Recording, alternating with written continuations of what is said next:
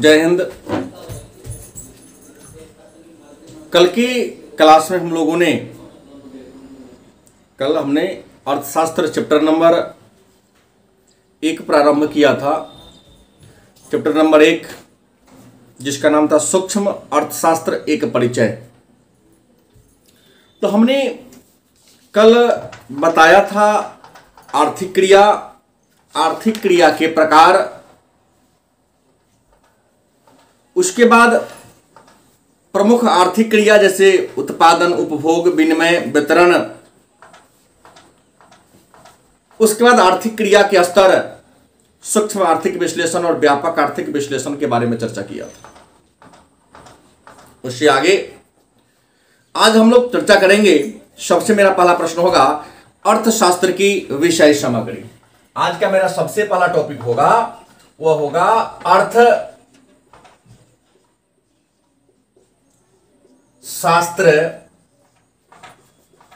की विषय सामग्री। हम जानेंगे कि अर्थशास्त्र की विषय सामग्री क्या है। तो अलग अलग अर्थशास्त्र की विषय सामग्री के बारे में, अर्थशास्त्र की विषय वस्तु के बारे में अलग अलग विचार रखते हैं। मतलब अर्थशास्त्र की विषय सामग्री क्या है, विषय वस्तु क्या है। तो अर्थशास्त्र की विषय वस्तु के बारे में अलग अलग विद्वान अलग अलग विचार रखते हैं। विद्वानों के विचारों की भिन्नता के आधार पर अर्थशास्त्र की विषय सामग्री को 4 वर्गों में बांटा गया है। अर्थशास्त्र की विषय सामग्री को 4 वर्गों में बांटा गया है। पहला है धन संबंधी परिभाषा। मतलब किसी विषय की विषय सामग्री को जानने के लिए उसकी परिभाषा को जानना होगा। तो अर्थशास्त्र की विषय सामग्री को जानने के लिए भी अर्थशास्त्र की परिभाषा को ही जानना होगा। और अर्थशास्त्र की विषय सामग्री को, मतलब अर्थशास्त्र की परिभाषा को विद्वानों ने 4 वर्गों में बांटा। पहला धन संबंधी परिभाषा या धन संबंधी विचारधारा, परिभाषा कहो या विचारधारा कहे। धन संबंधी परिभाषा या धन संबंधी विचारधारा कहती है कि अर्थशास्त्र धन का विज्ञान है। धन संबंधी परिभाषा कहती है, धन संबंधी विचारधारा कहती है कि अर्थशास्त्र धन का विज्ञान है। मतलब अर्थशास्त्र धन का विज्ञान है। इसके कहने का मतलब यह है कि अर्थशास्त्र के विषय वस्तु के केंद्र में क्या है, तो रुपया है। अर्थशास्त्र के केंद्र में क्या है, तो धन है। और सिद्ध किया है, धन संबंधी विचारधारा के समर्थकों ने सिद्ध करने का प्रयास किया है, बताने का प्रयास किया है कि संसार में जितने भी लोग हैं वह आर्थिक लोग हैं। सभी लोग के जीवन का अंतिम लक्ष्य, अंतिम उद्देश्य धन को प्राप्त करना है। और सभी लोग धन के पीछे ही भागते रहते हैं। इंसान को जहां धन की प्राप्ति नहीं होती है उस स्थान पर इंसान नहीं जाता है। जिस काम को करने से इंसान को आय की प्राप्ति नहीं होती है उस कार्य को इंसान नहीं करता है। ऐसा धन संबंधी विचारधारा के मानने वाले विद्वानों का कहना है। मतलब अर्थशास्त्र धन का विज्ञान है। धन संबंधी विचारधारा कहती है कि अर्थशास्त्र धन का विज्ञान है। और इस विचारधारा के जो समर्थक है एडम स्मिथ, वाकर और सीनियर। इस विचारधारा के समर्थक कौन कौन है, तो Adam Smith, Walker and senior.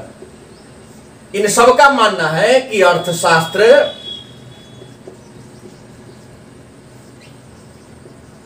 धन का विज्ञान है।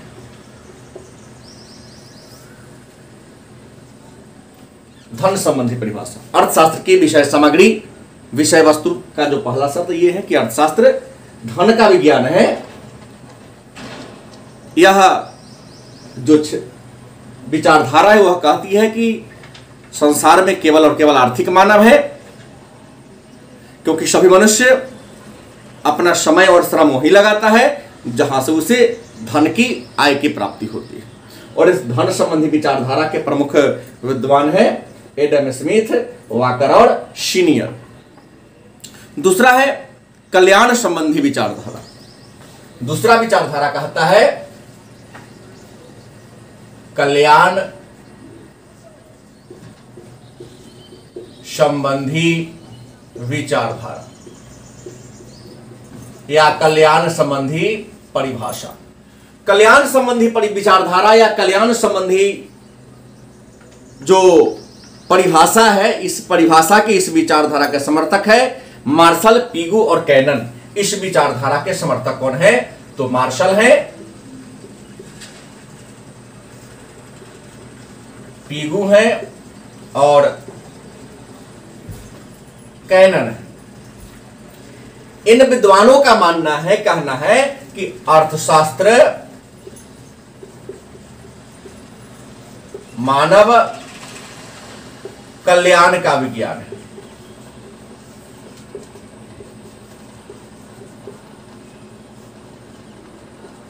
इन विद्वानों का कहना है कि अर्थशास्त्र क्या है? तो अर्थशास्त्र मानव कल्याण का विज्ञान है। मतलब अर्थशास्त्र में हम उन्हीं क्रियाओं को शामिल नहीं करेंगे जिस क्रिया का संबंध धन अर्जन से, आय अर्जन से हो, बल्कि उन क्रियाओं का भी अध्ययन करेंगे जो मानव के कल्याण से जुड़ा हुआ। जैसे इन दोनों में थोड़ा सा अंतर जान ले। इन्होंने कहा कि मानव अपना समय और श्रम वही लगाता है जहां से आय की प्राप्ति होती है, जहां से धन की प्राप्ति नहीं हो वहां मानव समय नहीं लगाता है। हम छोटा सा उदाहरण दे रहा हूं धन संबंधी परिभाषा, धन संबंधी विचारधारा की। मान लिया कोई बुजुर्ग व्यक्ति हैं जिनका उम्र 80 साल पुर चुका है। यदि किसी कारणवश किसी दुर्घटना में उनका हाथ या पांव टूट जाता है, तो धन संबंधी परिभाषा के जो समर्थक विद्वान होंगे, यदि मान लिए उसमें से किसी के वो पिता होंगे, तो इस विचारधारा के लोग उनका उपचार नहीं करवाएंगे। उनको ये मानना होगा, ये सोचना होगा कि अगर यहां इनके हम पैर का या हाथ का उपचार करवा देते हैं तो ये 80 वर्ष पूरा कर चुके हैं, यह मेरे लिए किसी काम के नहीं हो। लेकिन मानव कल्याण संबंधी विचारधारा कहते कि नहीं, ऐसा नहीं। हमें अपना समय और श्रम वहां भी लगाना चाहिए जहां से कुछ आए या ना आए।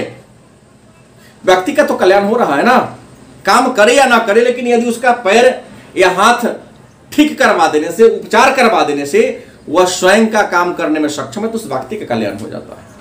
ये दूसरी विचारधारा। तीसरी विचारधारा है दुर्लभता संबंधी विचारधारा। तीसरी जो विचारधारा है वह है दुर्लभता संबंधी विचारधारा। और इस विचारधारा के जो समर्थक है, इस विचारधारा के जो समर्थक है उसका नाम है रॉबिन्स। यह कहता है कि अर्थशास्त्र चयन का तर्कशास्त्र है।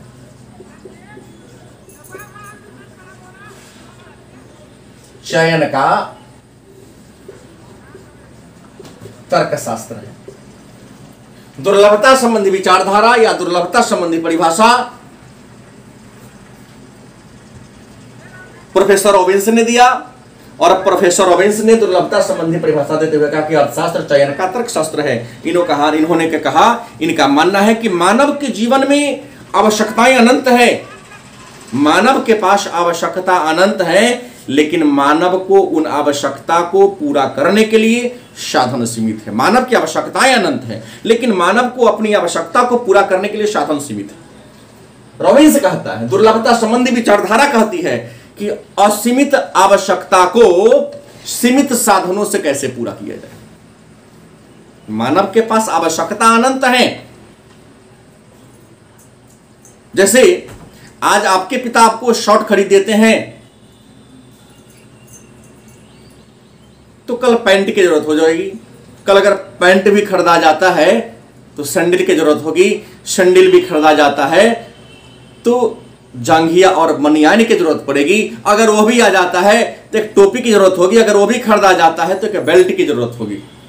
सब चीज पूरा है तो पुनः कोई नई आवश्यकता या नया डिजाइन जो फैशन में आता है उस शर्ट की जरूरत पड़ जाती है। मतलब मानव की आवश्यकताएं अनंत हैं, असीमित है, लेकिन मानव के पास साधन क्या है? सीमित है।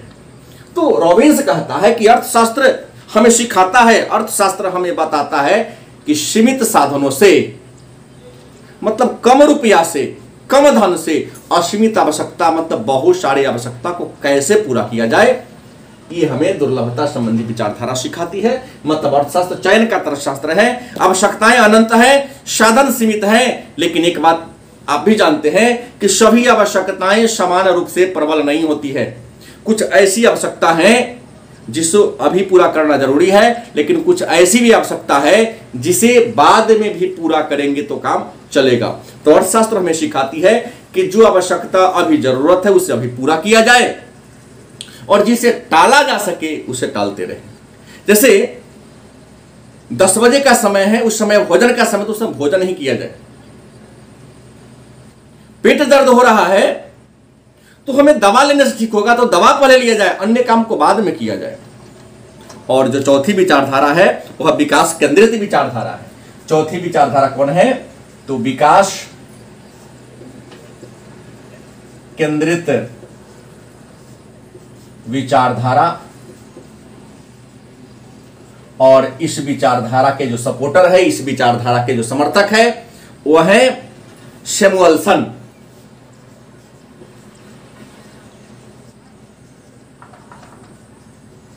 इस विचारधारा के जो सपोर्टर हैं, जो समर्थक हैं, वह प्रोफेसर सैमुअल्सन है।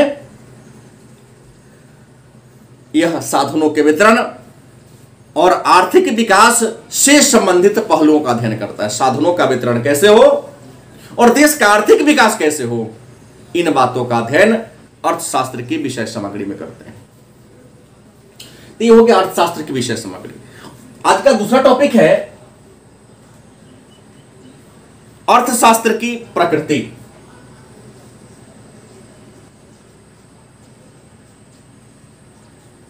अर्थशास्त्र की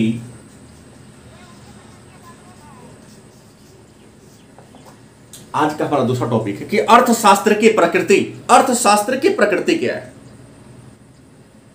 तो अर्थशास्त्र की प्रकृति के बारे में भी मतांतर हैं। अलग अलग विद्वान अर्थशास्त्र की प्रकृति को अलग अलग तरीके से, अलग अलग रूपों में देखते हैं। लेकिन अर्थशास्त्र की प्रकृति को जानने से पहले हमें जानना है ज्ञान, मतलब नॉलेज। ज्ञान की दो शाखाएं हैं। ज्ञान की, नॉलेज की दो शाखाएं हैं।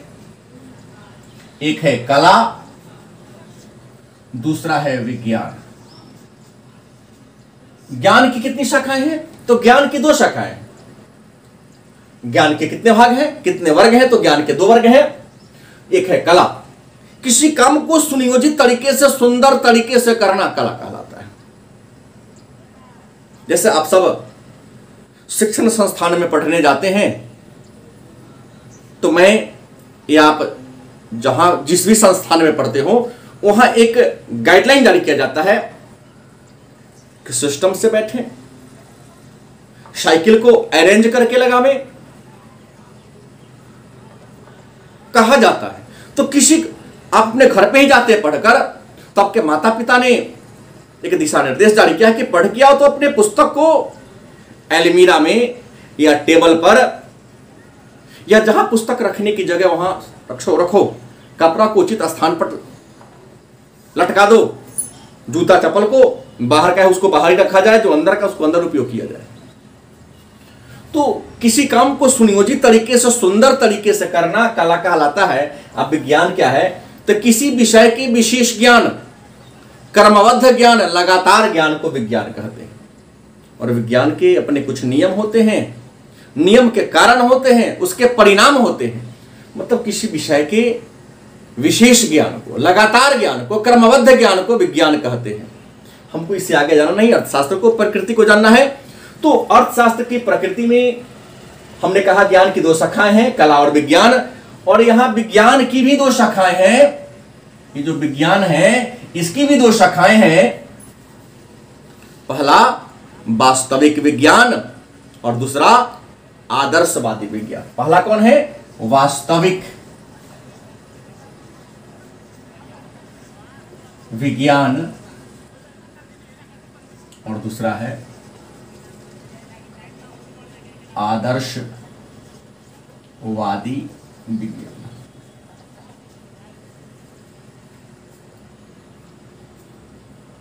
ज्ञान की दो शाखाएं हैं, कला और विज्ञान।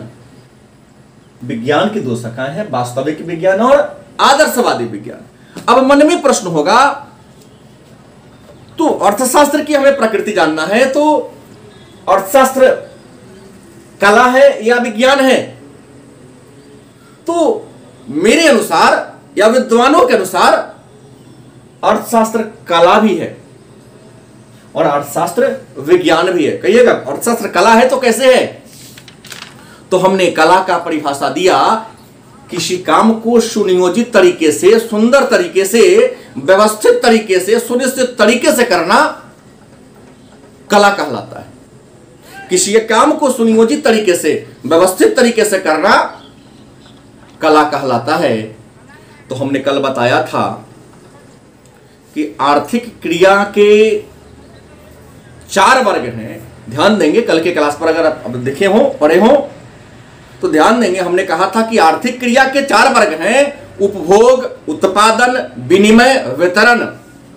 तो हमने पहले उपभोग को पढ़ाया, हमने पहले निवेश को नहीं पढ़ाया। हमने कहा पहले उपभोग को पढ़ेंगे, क्योंकि उपभोग सभी क्रियाओं का आदि और अंत है। उपभोग करेंगे मतलब प्रयोग करेंगे तो मांग होगा, तो मांग होगा तो उत्पादन करेंगे मतलब वस्तु का निर्माण करेंगे, और जब वस्तु का निर्माण होगा तब विनिमय होगा, विनिमय मतलब अदला बदली होगा। हम सामान देंगे वो हमको पैसा देगा, या हम वस्तु देंगे वो हमको वस्तु देगा। और तब होगा निवेश। भाई वस्तु को हमें बनाना है तो हमें निवेश करना होगा, हमें पूंजी लगाना होगा। तो अर्थशास्त्र कला भी है, क्योंकि इसमें पहले हम उपभोग को पढ़ते हैं, फिर उत्पादन को पढ़ते हैं, फिर विनिमय को पढ़ते हैं, फिर निवेश को पढ़ते हैं, फिर राजस्व को पढ़ते हैं। विज्ञान, अर्थशास्त्र विज्ञान है, तो मैं कहता हूं अर्थशास्त्र विज्ञान है। किसी विषय के विशेष ज्ञान को विज्ञान कहते हैं, लेकिन विज्ञान के अपने कारण होते हैं, अपने परिणाम होते हैं, विज्ञान के अपने कुछ सिद्धांत होते हैं। तो हमारे अर्थशास्त्र का भी कुछ सिद्धांत है, कुछ नियम है, जैसे मांग का नियम, मांग की लोच, पूर्ति का नियम, पूर्ति का लोच, सीमांत उपयोगिता ह्रास नियम, उत्पत्ति ह्रास नियम, कई नियम हैं। हम एक नियम की बात करें, अगर हम मांग के नियम की बात करें तो मांग का नियम कहता है, जैसे हम विज्ञान का एक नियम ले, गुरुत्वाकर्षण का नियम। गुरुत्वाकर्षण क्या है? तो किसी पिंड का, किसी वस्तु का वह गुण जिसके द्वारा दूसरी वस्तु को अपनी ओर खींचता है। जैसे मान लो ये 2 पिंड हुआ, इस पिंड में कुछ गुण है कि इस दूसरे पिंड को अपनी ओर खींचता है। तो जिस गुण के द्वारा, जिस शक्ति के द्वारा एक पिंड, एक वस्तु दूसरी वस्तु को अपनी ओर क्या कर खींच रहा है, खींचने की इस गुण को हम, अपनी ओर आकर्षित करने के गुण को हम गुरुत्वाकर्षण के नाम से जानते हैं। न्यूटन जिन्होंने गति का नियम दिया, न्यूटन के गति का तीसरा नियम कहता है क्रिया के बराबर और विपरीत दिशा में प्रतिक्रिया। जैसे अगर हम जोर से इस मार्कर को फर्श पर गिराएं तो जितना गति से हम नीचे गिराएंगे उतना ही गति से क्या होगा, ऊपर की ओर आने का यह प्रयास करेगा। तो गिराना क्या हुआ, क्रिया, और ऊपर उठना प्रतिक्रिया हुआ। तो विज्ञान के जैसे नियम है, गति के नियम है, गुरुत्वाकर्षण के नियम है, आर्किमिडीज का सिद्धांत है, उत्प्लवनता का सिद्धांत है, वैसे ही अर्थशास्त्र के भी कुछ सिद्धांत है, अर्थशास्त्र के भी कुछ नियम है जो सिद्ध करता है कि अर्थशास्त्र विज्ञान है। जैसे हमने कहा मांग का नियम, मांग का नियम कहता है higher the price lower the demand and lower the price, higher the demand. मतलब यदि बाजार में किसी वस्तु का मूल्य कम होता है तो उसकी मांग ज्यादा होती है, यदि बाजार में किसी वस्तु का मूल्य ज्यादा होता है तो उसकी मांग क्या होती है, कम होती है। मतलब कम मूल्य पर अधिक मांग और अधिक मूल्य पर कम मांग, यह सार्वभौम नियम है, सत्य नियम है। सीमांत उपयोगिता ह्रास नियम कहता है कि एक व्यक्ति के पास जैसे जैसे किसी वस्तु की मात्रा बढ़ती जाती है, एक व्यक्ति के पास जैसे जैसे किसी वस्तु की मात्रा बढ़ती जाती है, उस वस्तु के प्रति उस व्यक्ति को उपयोगिता कम होने लगता है। जैसे एक व्यक्ति को भूख लगी है, वह 5 रोटी खाना चाहता है, 5 रोटी खाने के बाद उसको संतुष्टि मिल जाएगा, तो पहला रोटी से जितना उपयोगिता मिलेगी उससे कम उपयोगिता दूसरा रोटी से मिलेगा। तीसरा रोटी खाएगा तो उससे और कम उपयोगिता मिलेगी, चौथा रोटी खाएगा तो और उपयोगिता कम मिलेगी। मतलब जैसे जैसे किसी व्यक्ति के पास किसी वस्तु की संख्या बढ़ती जाती है, उस वस्तु के प्रति उसकी रुचि क्रमशः कम होती जाती है। यह अर्थशास्त्र का नियम है। तो अर्थशास्त्र विज्ञान भी है, लेकिन प्रश्न यह उठता है कि यदि अर्थशास्त्र विज्ञान है तो कौन विज्ञान है? विज्ञान भी 2 प्रकार के होते हैं, एक वास्तविक विज्ञान, दूसरा आदर्शवादी विज्ञान। यदि अर्थशास्त्र विज्ञान है तो वह कौन सा विज्ञान है? इसे विज्ञान के किस श्रेणी में रखा जाएगा? तो आपको बता दें, कुछ विद्वान हैं जैसे जेबी से सीनियर और रॉबिन्स, जेबी से सीनियर और रॉबिन्स, कुछ विद्वान हैं जैसे जे बी से, उसके बाद सीनियर और रॉबिन्स। ये 3 ऐसे विद्वान हैं जो कहते हैं कि अर्थशास्त्र वास्तविक विज्ञान है। जेबी से, सीनियर और रॉबिन्स, ये 3 ऐसे विद्वान हैं जो कहते हैं कि अर्थशास्त्र वास्तविक विज्ञान। अब मन में प्रश्न होगा, तो वास्तविक विज्ञान कहते किसे हैं? वास्तविक विज्ञान किस विज्ञान को कहेंगे?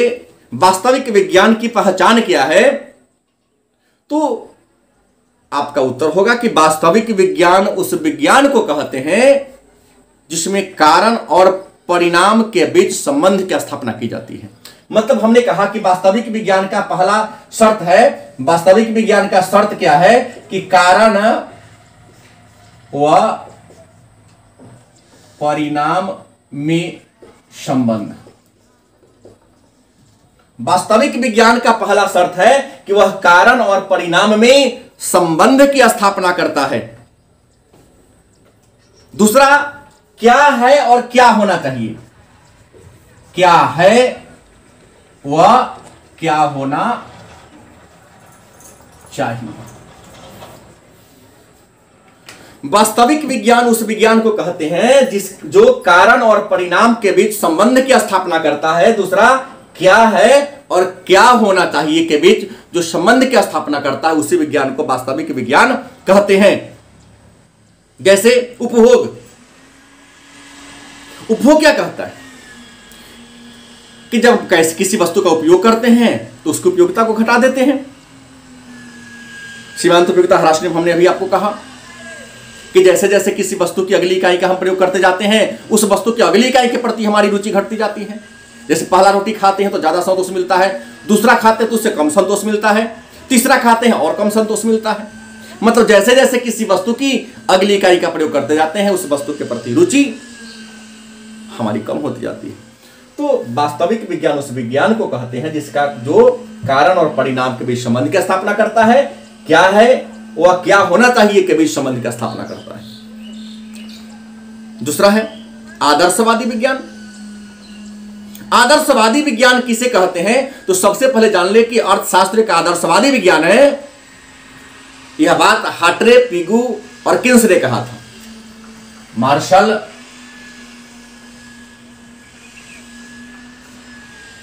हार्ट्रे, पिगू और किन्स, ये 4 ऐसे विद्वान हैं जो कहते हैं कि अर्थशास्त्र आदर्शवादी विज्ञान है। अर्थशास्त्र क्या है? आदर्शवादी विज्ञान है। इस विचारधारा के समर्थक है मार्शल, हार्ट्रे, पिगू और किन्स। अब मन में प्रश्न होगा, तो आदर्शवादी विज्ञान किसे कहते हैं? तो आपका उत्तर बड़ी आसान होगा। आदर्शवादी विज्ञान उस विज्ञान को कहते हैं जिसका संबंध क्या होना चाहिए से है। मतलब क्या होना चाहिए, मतलब वह विज्ञान जिसका संबंध क्या होना चाहिए से है। तो जिस विज्ञान का संबंध क्या होना चाहिए से है, उस विज्ञान को हम आदर्शवादी विज्ञान के नाम से जानते हैं। लेकिन प्रश्न है, कुछ आधुनिक विद्वान आए, कुछ आधुनिक अर्थशास्त्री आए, इस विचारधारा को, इस विवाद को दूर करने के लिए कहा कि नहीं, अर्थशास्त्र न तो केवल वास्तविक विज्ञान है और न तो केवल आदर्शवादी विज्ञान है, बल्कि अर्थशास्त्र वास्तविक और आदर्शवादी दोनों विज्ञान है। और अर्थशास्त्र को वास्तविक और आदर्शवादी दोनों विज्ञान मानने वाले जो विद्वान है वो है फ्रीडमैन। मतलब फ्रीडमैन नामक एक विद्वान आए, इन्होंने कहा कि नहीं, अर्थशास्त्र वास्तविक विज्ञान भी है और आदर्शवादी विज्ञान भी है। वास्तविक विज्ञान के रूप में जहां वह कारण और परिणाम के बीच संबंधों का अध्ययन करता है, वहीं आदर्शवादी विज्ञान के रूप में वह क्या होना चाहिए के बारे में अध्ययन करता है। अब अगला है लास्ट टॉपिक। हमने कल ही कहा था कि अर्थशास्त्र को अध्ययन की सुविधा के दृष्टिकोण से नॉर्वे के अर्थशास्त्री रेगनर फ्रिश ने दो वर्गों में बांटा। पहला सूक्ष्म अर्थशास्त्र, दूसरा व्यापक अर्थशास्त्र। तो हम अभी सूक्ष्म अर्थशास्त्र और उसकी विशेषता को जानेंगे और तब जाके टॉपिक मेरा इन होगा। तो अभी नया टॉपिक शुरू करते हैं।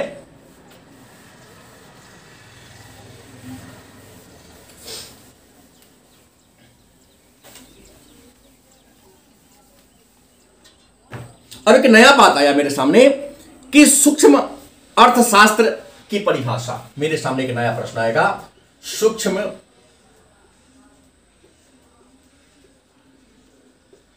अर्थशास्त्र।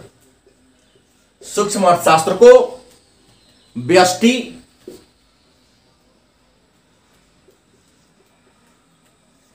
अर्थशास्त्र भी कहते हैं। अंग्रेजी में इसे माइक्रो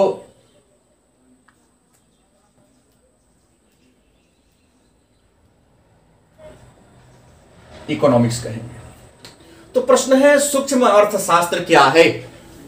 इसकी परिभाषा बताते। हमने कल भी चर्चा किया था कि सूक्ष्म अर्थशास्त्र आर्थिक विश्लेषण की वह शाखा है। सूक्ष्म अर्थशास्त्र आर्थिक विश्लेषण की वह शाखा है जिसमें छोटी छोटी इकाइयों का अध्ययन किया जाता है। सूक्ष्म अर्थशास्त्र आर्थिक विश्लेषण की वह शाखा है जिसमें किसी अर्थव्यवस्था के छोटे छोटे चरों, छोटी छोटी इकाइयों का अध्ययन किया जाता है, सूक्ष्म अर्थशास्त्र कहलाता है। जैसे व्यक्तिगत आय, व्यक्तिगत व्यय, एक परिवार की आय, एक परिवार की व्यय, एक कंपनी की आय, एक कंपनी की व्यय, एक कंपनी का निवेश। मतलब आर्थिक विश्लेषण की वह शाखा जिसमें छोटे छोटे चरों, छोटी छोटी इकाइयों के बारे में अध्ययन किया जाता है, सूक्ष्म आर्थिक विश्लेषण या सूक्ष्म अर्थशास्त्र कहलाता है। दूसरा प्रश्न होगा, तो सूक्ष्म अर्थशास्त्र की विशेषता क्या है? दूसरा प्रश्न मेरे सामने आता है। तो सूक्ष्म अर्थशास्त्र की विशेषता, सूक्ष्म अर्थशास्त्र की विशेषता क्या है? तो आपको बता दें कि सूक्ष्म अर्थशास्त्र की अनेक या कई सारी विशेषताएं हैं। पहला, व्यक्तिगत इकाइयों का अध्ययन। पहली विशेषता है कि व्यक्तिगत इकाइयों का अध्ययन।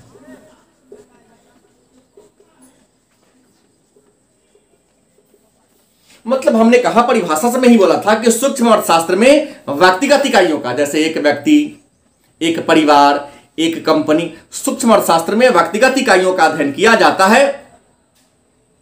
दूसरा, छोटे छोटे चरों, छोटे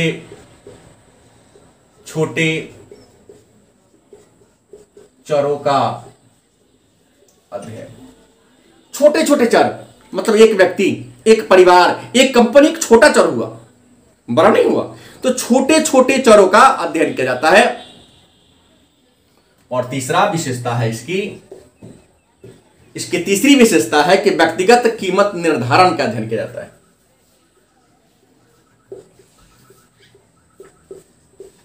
व्यक्तिगत कीमत निर्धारण का अध्ययन मतलब सूक्ष्म अर्थशास्त्र में व्यक्तिगत कीमत निर्धारण का अध्ययन के बारे में जानकारी प्राप्त करते हैं। चूंकि सूक्ष्म अर्थशास्त्र में व्यक्तिगत कीमत निर्धारण के बारे में जानकारी प्राप्त करते हैं, इसलिए सूक्ष्म अर्थशास्त्र को कीमत सिद्धांत के नाम से भी जानते हैं। सूक्ष्म अर्थशास्त्र को कीमत सिद्धांत के नाम से भी जानते हैं। अगली बात होगी, तो सूक्ष्म अर्थशास्त्र की शाखाएं कौन कौन है, क्षेत्र कौन कौन है। सूक्ष्म अर्थशास्त्र के क्षेत्र की बात करते हैं। यदि हम यहां अगला टॉपिक लेते हैं, सूक्ष्म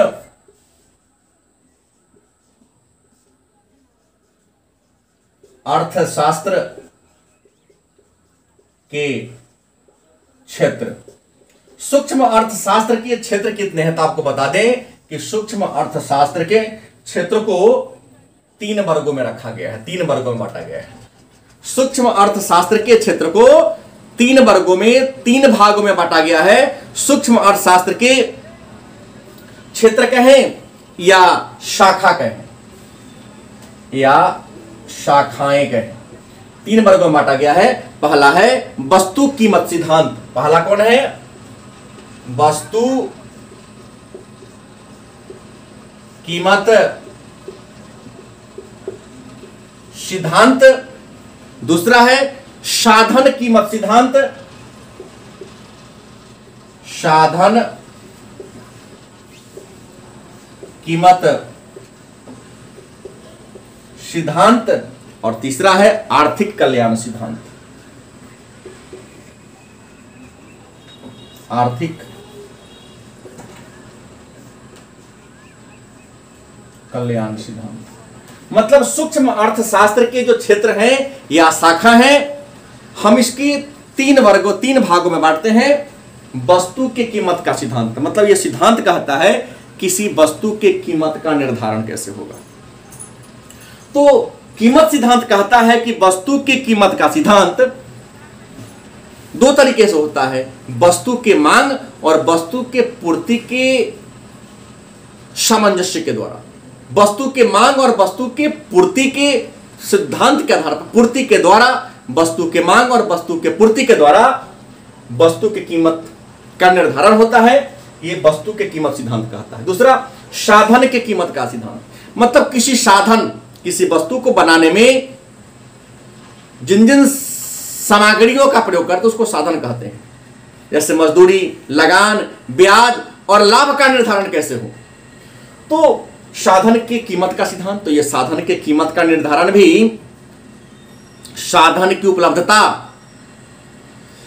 और साधन की मांग पर निर्भर करता है। साधन की मांग हमें कम है, उपलब्धता ज्यादा है तो कीमत कम होगा। सामान्य सी बात है कि वस्तु की आवश्यकता कम है लेकिन वस्तु ज्यादा है तो उसका कीमत कम होगा। लेकिन वस्तु की आवश्यकता ज्यादा है लेकिन वस्तु क्या है, कम है, तो कीमत क्या होगा, ज्यादा होगा। और आर्थिक कल्याण का सिद्धांत कि लोगों का अधिकतम कल्याण कैसे होगा, यह तय करना भी, यह सिद्ध करना भी, यह बताना भी, मतलब सेवाओं का कितनी मात्रा में उत्पादन किया जाए, उसका वितरण कैसे हो, कीमत कितना रख, उत्पादन कितना हो, उसका कीमत कितना तय किया जाए और विभिन्न बाजारों में उसे कैसे पहुंचाया जाए ताकि सभी लोग उसको क्रय कर सके। तो ये हो गया आर्थिक कल्याण का सिद्धांत। वस्तु के कीमत के सिद्धांत के पुनः 2 वर्ग हमने जो बताया है, चर्चा किया है। पहला मांग का सिद्धांत, मांग का सिद्धांत। दूसरा इसका सिद्धांत कहता है लागत तथा उत्पादन का सिद्धांत।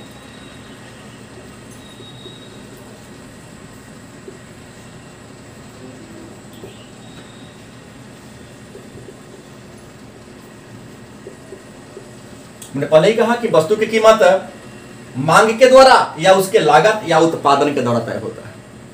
कीमत के सिद्धांत की बात करें तो कीमत के सिद्धांत में याद आया क्या? मजदूरी, लगान, ब्याज, लाभ। मजदूरी, लगान, लाभ और ब्याज। अब प्रश्न आता है, तो ये जो सूक्ष्म अर्थशास्त्र है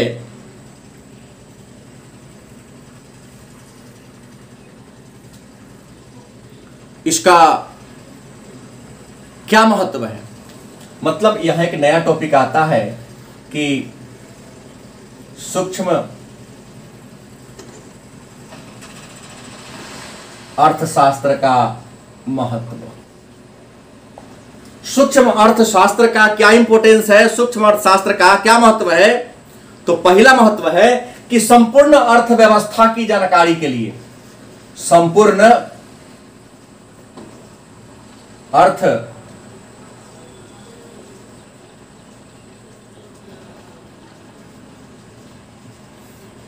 जानकारी हेतु, यदि आप संपूर्ण अर्थव्यवस्था को, किसी देश के बारे में पूरी तरह से जानकारी लेना है तो उनके छोटे छोटे चरों के बारे में जानकारी प्राप्त करना होगा।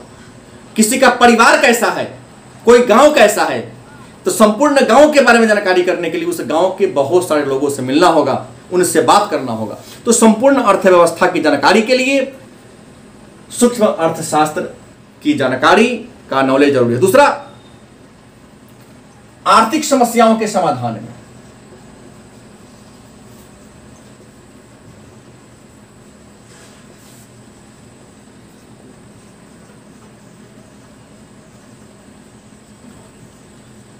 आर्थिक समस्या का समाधान कैसे होगा?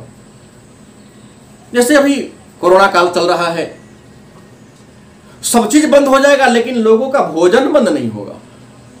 सब मान लेगा लेकिन लोगों का पेट नहीं बनेगा।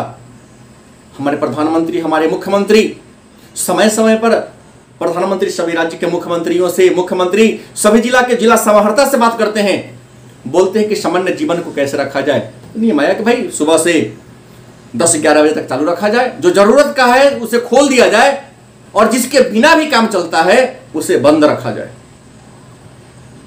जैसा कि आप देख रहे हैं संपूर्ण भारत में ही हो रहा है।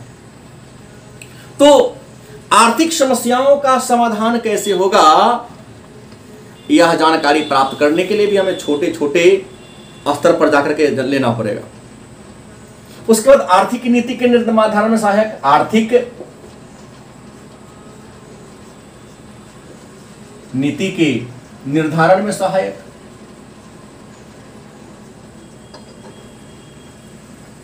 आर्थिक नीति मतलब ब्याज दर का निर्धारण कैसे हो, ब्याज का दर कितना हो,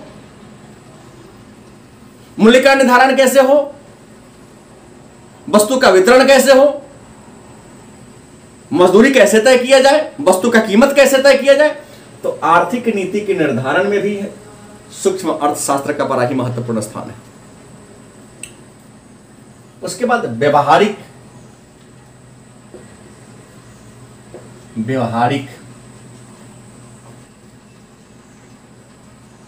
अर्थशास्त्र के ज्ञान में, अगर व्यवहारिक अर्थशास्त्र का ज्ञान लेना है, व्यवहारिक अर्थशास्त्र का नॉलेज लेना है, तो आपको सूक्ष्म अर्थशास्त्र का अध्ययन करना होगा। और अंतिम विशेषता है इसके, अंतिम महत्व है पूंजीवादी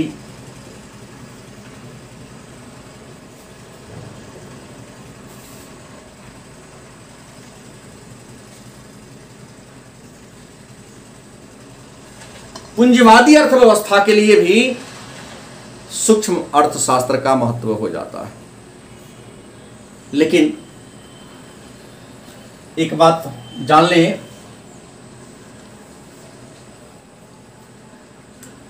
कि हमने रामायण में पढ़ा कि सुमति कुमति सब के उर रहीं, मतलब सुंदर विचार और बुरे विचार सबके मन में होते हैं। तो जिसमें अच्छाई होता है उसमें कुछ बुराई भी होती है, सूक्ष्म अर्थशास्त्र की अनेक सारी विशेषताओं को, अनेक सारे महत्वों को हमने चर्चा किया। तो सूक्ष्म अर्थशास्त्र की कुछ सीमाएं भी हैं, मतलब कमियां भी हैं, मतलब हानियां भी हैं। मतलब माइक्रो इकोनॉमिक्स का कुछ कमियां हैं, कुछ सीमाएं हैं, कुछ हानियां हैं। पहला, समग्र का नहीं, समग्र का नहीं बल्कि अंश का अध्ययन, अंश का अध्ययन। मतलब सूक्ष्म अर्थशास्त्र में समग्र संपूर्ण का अध्ययन नहीं, अंश का अध्ययन करता है। और एक एक अंश का अध्ययन करेंगे तो पूरी अर्थव्यवस्था का जानकारी लगाने में आपका जीवन टल जाएगा। ये कमी है, केवल अंश का अध्ययन करना, संपूर्ण का अध्ययन नहीं करता। दूसरा, अपर्याप्त विश्लेषण।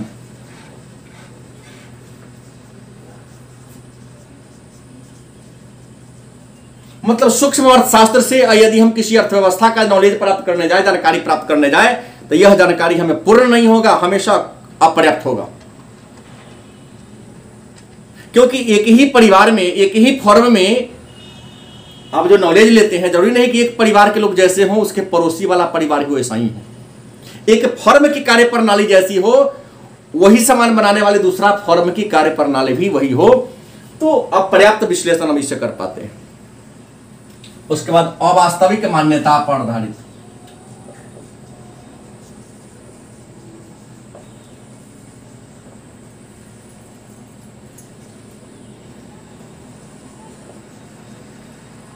मतलब सूक्ष्म जो अर्थशास्त्र है वह अवास्तविक मान्यता, मतलब यह पूर्ण रोजगार को मान लेता है। लेकिन मैं मानता हूं और आप सभी जानते हैं कि अब विश्व का ऐसा कोई देश ही नहीं है जहां पूर्ण रोजगार हो।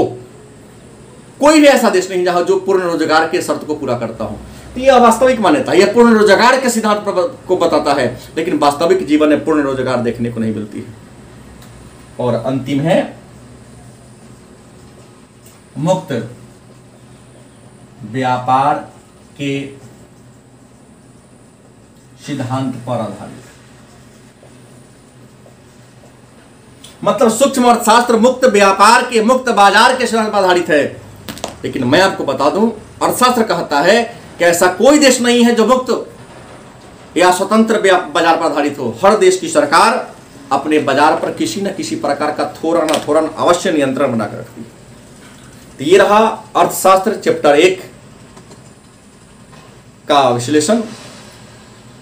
इस पाठ के जो भी लघुत्तरीय और दीर्घोत्तरीय प्रश्न होगा हम नेक्स्ट वीडियो में बना देंगे। इसके आगे की चर्चा हम लोग अगले वीडियो करेंगे। धन्यवाद।